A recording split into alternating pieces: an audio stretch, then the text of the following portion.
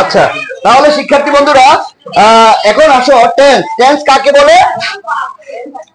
Tense কাকে বলে আমরা শিখিয়েছিলাম। কাজ করার সময়কে টেন্স বা কাল বলে। টেন্স প্রধানত কত প্রকার? তিন প্রকার। কি কি? Present tense, future tense. ঠিক আছে? প্রেজেন্ট টেন্স মানে বর্তমান কাল, পাস্ট টেন্স মানে অতীত কাল, ফিউচার টেন্স মানে ভবিষ্যৎ কাল।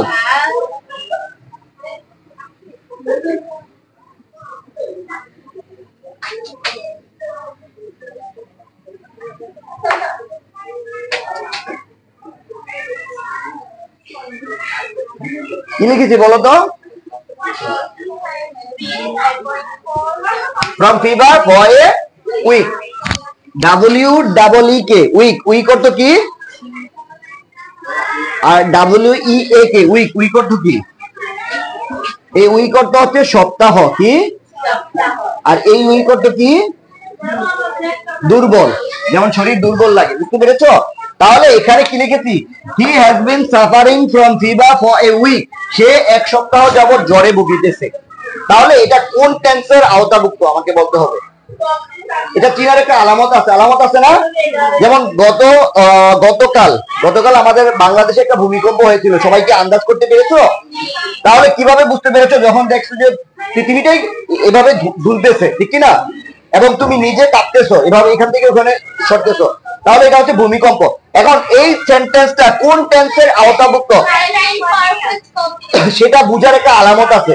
তাহলে এটা আমি বললাম, মুন্নিমুল্লাহ বললেন যে এটা হচ্ছে প্রেজেন্ট পারফেক্ট কন্টিনিউয়াস টেন্স। এখন কিভাবে এটা প্রেজেন্ট পারফেক্ট কন্টিনিউয়াস টেন্স একটা আলামত আছে। সেই আলামতটা হচ্ছে অক্সিলিয়ারি ভার্ব হিসেবে কি আছে? Has been. এবং মূল ভার্বের সাথে কি যুক্ত আছে? মূল ভার্বের সাথে কি যুক্ত আছে? আইএনজি যুক্ত আছে। এবং এটা হচ্ছে কি? শুরুতে যেটা থাকে সেটা হচ্ছে সাবজেক্ট। তাহলে আমি সাবজেক্ট পাইলাম হি, অক্সিলিয়ারি ভার্ব পাইলাম হ্যাজ বিন, মূল ভার্ব পাইলাম সাফার, সাফারের সাথে আইএনজি যুক্ত করলাম, তাহলে এটা কন্টিনিউয়াস টেন্স। যত আইএনজি যুক্ত সেন্টেন্স আছে অক্সিলিয়ারি ভার্বের পরে, অক্সিলিয়ারি ভার্বের পরে আইএনজি যুক্ত সেন্টেন্সটা হচ্ছে কন্টিনিউয়াস টেন্স। কোন টেন্স? যে কোনো একটা কন্টিনিউয়াস টেন্স হবে। কন্টিনিউয়াস। এখন এটা কোন কন্টিনিউয়াস? মনোযোগ দিতে হবে। কোন কন্টিনিউয়াস? এটা হচ্ছে আলামতটা দেখে চিনার উপায় হচ্ছে হ্যাজ বিন। হ্যাজ বিনটা হচ্ছে প্রেজেন্ট পারফেক্ট। আর এই আইএনজি যুক্ত মানে কন্টিনিউয়াস টেন্স। তাহলে এটা কোন টেন্সের আওতাভুক্ত? প্রেজেন্ট পারফেক্ট কন্টিনিউয়াস টেন্সের আওতাভুক্ত। তাহলে এইটা একটা চিনার একটা আলামত। হ্যাঁ, তাহলে আমরা কিন্তু প্রত্যেকটাই, যেমন দেখো, আচ্ছা আমরা ই দিয়ে দিলাম। কি লিখেছি বলো তো? He went to market. সে বাজারে গিয়েছিল। সে বাজারে গিয়েছিল। শুরুতে এটা কি বলো তো? সাবজেক্ট। তারপর এটা কি? ভার্ব। তারপর বাকিটা কি? অবজেক্ট। বাকিটা কি? অবজেক্ট। এখন আমাকে বলতে হবে এটা কোন টেন্সের আওতাভুক্ত। Past indefinite. মুন্নিমুল্লাহ বললেন যে পাস্ট ইনডিফিনিট। পাস্ট ইনডিফিনিট আইএনডিই পুরোটাই লিখি ইনডিফিনিট। মুন্নিমুল্লাহ বললেন পাস্ট ইনডিফিনিট। এখন মুন্নিমুল্লাহ এক্সপ্লেনেশন করেন, ব্যাখ্যা করেন কিভাবে এটা পাস্ট ইনডিফিনিট টেন্স। শুরুতে কি? সাবজেক্ট হিসেবে কি আছে? হি আছে। হি এর পরে কি? ভার্বের রূপ আমরা জানি বি1, বি3, বি2, বি3 তিনটা। হ্যাঁ, মনোযোগ দিতে হবে লাস্ট ম্যাচ বি1। তাহলে মূল বেস ফর্মটা হচ্ছে গো। বি2 কি? ওয়েন্ট। বি3 কি? গন। গো, ওয়েন্ট, গন। এই ভি1টাকে বলা হয় বেস ফর্ম। কি ফর্ম? Base form. আমি কি বলেছি যে হি গো টু মার্কেট বলেছি? যদিও হি গো টু মার্কেট বলতাম তাহলে কিন্তু এটা ভুল হইতো। কারণ হচ্ছে এটা প্রেজেন্ট ইনডিফিনিট টেন্সে থার্ড পারসন সিঙ্গুলার নাম্বারে ভার্বের সাথে এস বা ইয়ে যুক্ত হইতো। আচ্ছা যাই হোক, আমরা এখানে দেখলাম কি ব্যবহার হয়েছে? কি ব্যবহার হয়েছে? বি2। তাহলে সাবজেক্টের পরে বি2 ব্যবহার হয় কোন টেন্সে? Past indefinite. কোন টেন্সে? পাস্ট ইনডিফিনিট টেন্সে। আর আমি বলেছিলাম যে দুইটা টেন্সের অক্সিলারি ভার্ব হয় না। কোন দুইটা টেন্সের অক্সিলারি ভার্ব হয় না? প্রেজেন্ট ইনডিফিনিট এবং পাস্ট ইনডিফিনিট। প্রেজেন্ট ইনডিফিনিট এবং পাস্ট ইনডিফিনিট। বাকি 10টা টেন্সে অক্সিলারি ভার্ব আছে। বাকি 10টা টেন্সে কি আছে? অক্সিলারি ভার্ব আছে। তাহলে এখানে যেহেতু অক্সিলারি ভার্ব নাই, সাবজেক্টের পরে যেহেতু অক্সিলারি ভার্ব নাই, তাহলে এটা হয় আমার প্রেজেন্ট ইনডিফিনিট হবে, না হয় কোন ইনডিফিনিট হবে? পাস্ট ইনডিফিনিট হবে। এখন দেখে চিনার উপায় কি? এই ওয়েনটা হচ্ছে ভি2। ওয়েনটা হচ্ছে কি? B2 মানে হচ্ছে পাস্ট ফর্ম, B2 মানে কি ফর্ম, তাহলে এটা পাস্ট ইনডিফিনিট, তাহলে এটা কি ইনডিফিনিট, পাস্ট ইনডিফিনিট। শিক্ষার্থী বন্ধুরা, তাহলে হি ওয়েন্ট টু মার্কেট, সে বাজারে যায় না সে বাজারে গিয়েছিল, গিয়েছিল। এটা অতীতের ঘটনাকে আমি ব্যাখ্যা করেছি। অতীতের ঘটনাকে বর্ণনা করা হলে সেটাকে বলা হয় পাস্ট টেন্স, সেটাকে বলা হয় কি পাস্ট টেন্স। আর ভবিষ্যতের কি কোনো নিশ্চয়তা আছে? আজকে বিকালে আমি ঢাকা যাব, এটার কি কোনো নিশ্চয়তা আছে? নিশ্চয়তা নাই, কারণ আমি মারাও যেতে পারি। তাহলে যেটা অতীতের ঘটনা এটাকে বর্ণনা করা, আর বর্তমানের একটা ভ্যালু আছে, যেমন বর্তমানে আমি তোমাদেরকে ক্লাস করাচ্ছি, ঠিক কি না? তাহলে বর্তমানকাল এবং অতীতকালের কিন্তু পূর্ণতা আছে, কিন্তু ভবিষ্যৎকালে আমি বড় হয়ে একজন ডাক্তার হব, আমি কিন্তু ডাক্তার হতেও পারি আবার নাও হতে পারি, ঠিক কি না শিক্ষার্থী বন্ধুরা? তাহলে এটা হচ্ছে অতীতকাল, অতীতের ঘটনাকে বর্ণনা করাকে পাস্ট টেন্স বা অতীতকাল বলা হয়। এখন আমি যদি এটাকে প্রেজেন্ট টেন্সে লিখতাম, প্রেজেন্ট টেন্সে লিখতাম, এটা কি হইলো?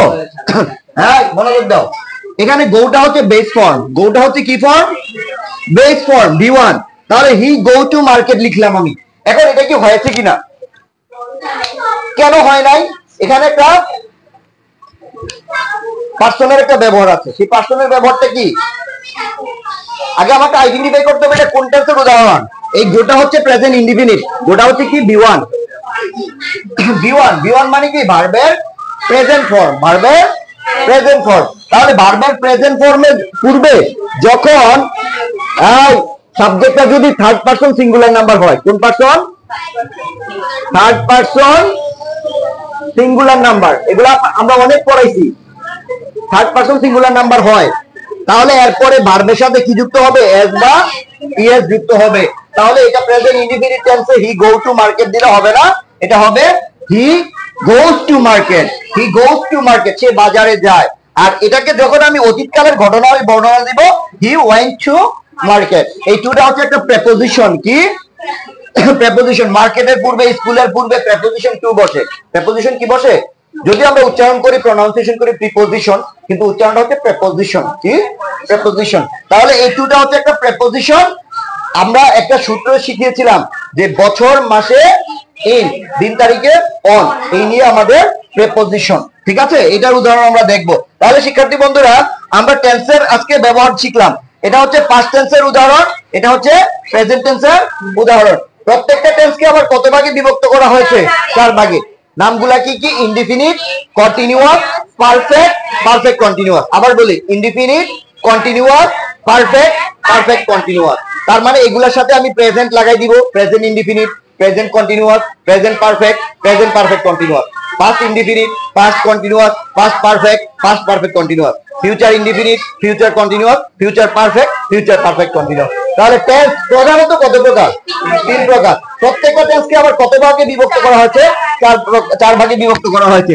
তাহলে টেন্স প্রধানত 3 প্রকার, প্রত্যেকটা টেন্স 4 প্রকার। তাহলে টেন্স সর্বমোট কত প্রকার? তাহলে তোমরা কিন্তু প্রশ্ন করলে যে টেন্স কত প্রকার, তোমরা কিন্তু অনেকে উত্তর দিয়ে দাও যে 12 প্রকার। আসলে কি 12 প্রকার? টেন্স প্রধানত কত প্রকার? 3 প্রকার। তারপরে প্রত্যেকটা টেন্সকে আবার কয় ভাগে বিভক্ত করা হয়েছে? 4 ভাগে বিভক্ত করা হয়েছে। তাহলে 3 গুণন 4 ইকুয়াল কত প্রকার? 12 প্রকার। বুঝতে পেরেছো সবাই? ওকে। তাহলে এই টেন্সটা আমাদের কখন ব্যবহার হয়? টেন্সটা সেন্টেন্সের ক্ষেত্রে ব্যবহার হয়। একটা আমি যখন প্রশ্ন থেকে অ্যান্সার করব, হ্যাঁ, ব্রাইট ফিউচার স্কুল, সঠিক শিক্ষা, উজ্জ্বল ভবিষ্যৎ।